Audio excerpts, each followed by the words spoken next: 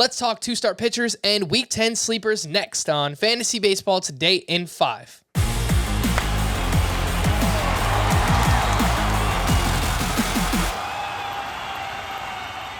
Welcome into FBT in 5. As always, make sure to follow and stream us on Spotify. Today is Friday, June 3rd. I am Frank Stanfield, joined by Scott White, and let's take a look at the schedule for next week. We've got 2 teams with 5 games, the Cubs and the Tigers. 20 teams have 6 games, and 8 teams have 7 games. Before we get into the pitchers to add, let's take a look at some fringy options, will we? Cal Quantrill versus the Rangers and the Oakland A's. What do you think there, Scotty? Love the matchups, and he has been piling up quality starts just like he did down the stretch last year.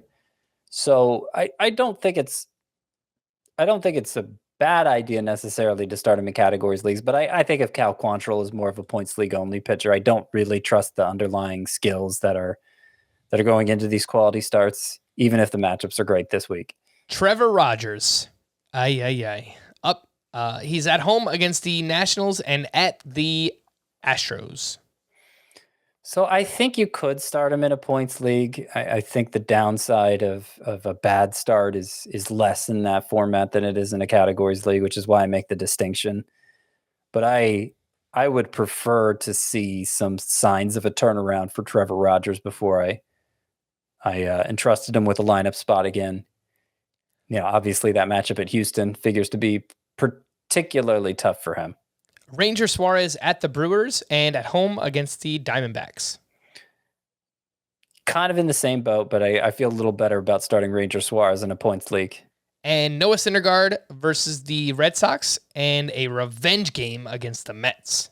So not the greatest matchups here for Syndergaard. I would leave him strictly for points leagues. All right, let's get into some two-start pitchers to add and stream for next week. Who you got? Okay, so Jeffrey Springs, for some reason, is still available in more than half of CBS sports leagues, and I imagine he's even more widely available for on some of the other host sites. But he's been terrific.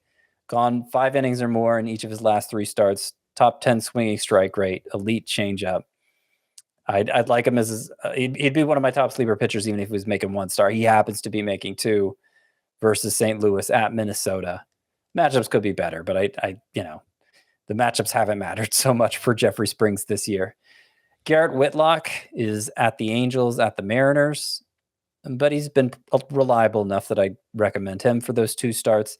John Gray coming off a 12 strikeout performance. I'm skeptical of what he did in that particular outing, but at Cleveland, at the White Sox, those are 2 really good matchups. So I could recommend John Gray as a sleeper. Hunter Green, he's been hit or miss this year, but the strikeout numbers have been good. Versus the Diamondbacks at the Cardinals. I could go for him, particularly in a points league. I think it's even more justifiable there.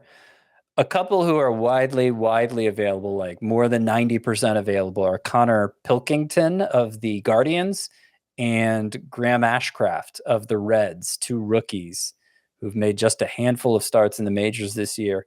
Pilkington has those same great matchups as Cal Quantrill versus the Rangers versus the Athletics, and he showed improvement in his last outing. Got a lot of swinging strikes, and his velocity was up. Graham Ashcraft has been getting a lot of ground balls for the Reds, keeping runs off the board. He gets the Diamondbacks and the Cardinals. All right, let's move over to the hitter side of things. We have the best hitter matchups for next week: the Royals, the Reds, the Orioles, the Blue Jays, and the Braves. The worst hitter matchups: Pirates, Rangers, Cubs, Tigers, and Rockies. All right, Scott, some sleeper hitters for Week 10.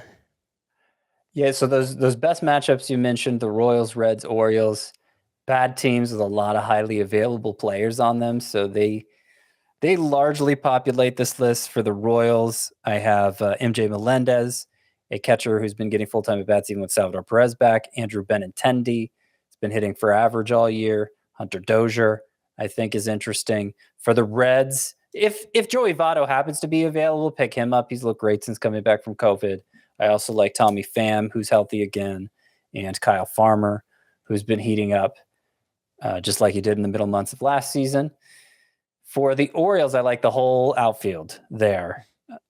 Trey Mancini, Anthony Santander, Austin Hayes. In particular, I want to highlight Mancini, who is the most available and has been the most impressive, I think. Kind of changed his batted ball profile to better suit the new dimensions at Camden Yards. Strikeout rate way down, line drive rate way up, hitting the ball to all fields. It's kind of a Ty France-like profile for Mancini, and I love the matchups this week. Players not on those teams who I like a lot this week: Alejandro Kirk, who's been heating up recently, had a 2-homer game, and Christian Walker, who, most weeks he probably deserves to be starting at this point with the kind of power he's shown this year. All right. For more extensive fantasy baseball coverage, listen to the Fantasy Baseball Today podcast on Spotify, Apple Podcasts, Stitcher, your smart speakers, or anywhere else podcasts are found. And thanks for listening to Fantasy Baseball Today in 5. We'll be back again tomorrow morning. Bye-bye.